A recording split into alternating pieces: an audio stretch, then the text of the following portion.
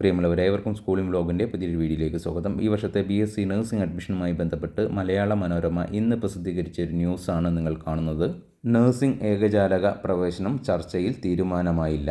ഇതുമായി ബന്ധപ്പെട്ട് കുറേ വീഡിയോകൾ ചാനലിൽ മുൻപ് അപ്ലോഡ് ചെയ്തിരുന്നതാണ്.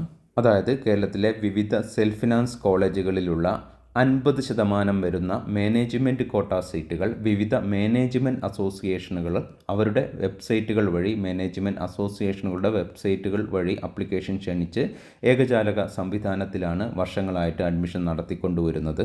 എന്നാൽ ധനകാര്യ വകുപ്പ് ഈ വർഷം മുതൽ അപ്ലിക്കേഷന് GST ഏർപ്പെടുത്തുകയും 2017 മുതലുള്ള GST കുടിശ്ശിക നൽകണമെന്ന് അറിയിച്ചതുകൊണ്ടും ഇനി മുതൽ ഇത്തരത്തിലുള്ള ഏകജാലക പ്രവേശനം വിദ്യാർത്ഥികൾക്ക് മാനേജ്മെൻറ്റ് സീറ്റുകളിൽ നൽകില്ല എന്നൊരു നിലപാടിലായിരുന്നു ഉണ്ടായിരുന്നത്.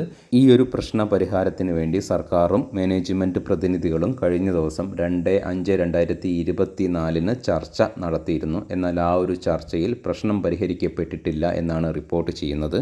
എന്നാൽ ചെറിയ പ്രതീക്ഷ നൽകുന്ന ഒരു വാർത്ത ഇതിലുള്ളത് GSTയുമായി ബന്ധപ്പെട്ട വിഷയത്തിൽ ഒരാഴ്ചക്കകം സർക്കാരിൻ്റെ തീരുമാനം മാനേജ്മെൻറ്റുകളെ അറിയിക്കും എന്ന് വാർത്തയിൽ നൽകിയിട്ടുണ്ട്.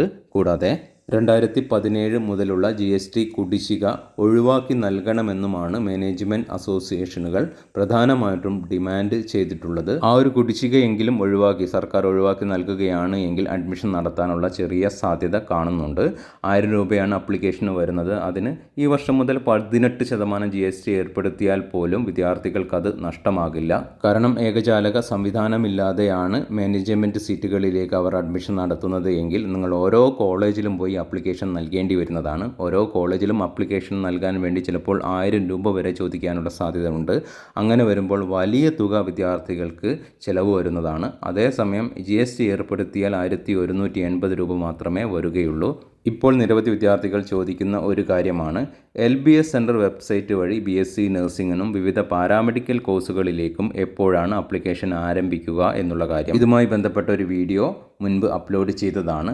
ഇപ്പോൾ നടന്നുകൊണ്ടിരിക്കുന്നത് LBS സെൻറ്റർ വെബ്സൈറ്റ് വഴിയുള്ള അഡ്മിഷനുമായി ബന്ധപ്പെട്ട പ്രോസ്പെക്ടസിൻ്റെ പ്രവർത്തനങ്ങളാണ്. അതിന് സർക്കാരിൽ നിന്ന് അംഗീകാരം ലഭിക്കണം. അതിനുശേഷമാണ് അപ്ലിക്കേഷൻ ആരംഭിക്കുക. നിലവിൽ നിങ്ങൾക്കറിയാം മെയ് 9 +2 റിസൾട്ട് വരുന്നത്. +2 റിസൾട്ട് വന്നാൽ ഉടൻ തന്നെ ഇതിലേക്ക് അപ്ലിക്കേഷൻ ആരംഭിക്കാനുള്ള സാധ്യത കാണുന്നില്ല. ജൂൺ മാസം അപ്ലിക്കേഷൻ ആരംഭിക്കാനുള്ള സാധ്യതയാണ് കാണുന്നത്. അപ്ലിക്കേഷൻ ആരംഭിച്ചാൽ കൃത്യമായിട്ടുള്ള ഡീറ്റെയിൽസുകളും അപ്ഡേഷനും ഈ ഒരു ചാനൽ വഴി നിങ്ങളെ അറിയിക്കുന്നതാണ്. പെട്ടെന്ന് തന്നെ അപ്ലിക്കേഷൻ പൂർത്തിയാക്കി അഡ്മിഷൻ നടത്തുന്ന ഒരു സംവിധാനം ഇതിലില്ല. ഇതിൻ്റെ അഡ്മിഷൻ സാധാരണ നടന്നുകൊണ്ടിരിക്കുന്നത് മെഡിക്കൽ അഡ്മിഷനുമായി ബന്ധപ്പെട്ടാണ്. മെഡിക്കൽ അഡ്മിഷനും അതുപോലെ തന്നെ LBS സെൻറ്റർ അഡ്മിഷനും ഏകദേശം ഒരേ സമയത്താണ് നടന്നുകൊണ്ടിരിക്കുന്നത്. ഒരേ വിദ്യാർത്ഥികൾക്ക് തന്നെ രണ്ടിലും അഡ്മിഷന് സാധ്യത ഉള്ളതുകൊണ്ടാണ് രണ്ടിൻ്റെയും അഡ്മിഷൻ ഒരുമിച്ച് കൊണ്ടുപോകുന്നത്. ഈ വർഷത്തെ വിവിധ BSc നഴ്സിംഗ് മറ്റ് പാരാമെഡിക്കൽ അഡ്മിഷനുമായി ബന്ധപ്പെട്ട കൃത്യമായിട്ടുള്ള ഡീറ്റെയിൽസുകളും അപ്ഡേഷനും ഈ ഒരു ചാനൽ വഴി നിങ്ങൾക്ക് ലഭിക്കുന്നതായിരിക്കും. ചാനൽ വീഡിയോസ് നമുക്ക് ഉപകരിക്കുന്നുണ്ട് എങ്കിൽ ഒന്ന് സപ്പോർട്ട് ചെയ്യണമെന്ന് അഭ്യർത്ഥിച്ചുകൊണ്ട് നിർത്തുന്നു. എവർക്കും നന്ദി, നമസ്കാരം.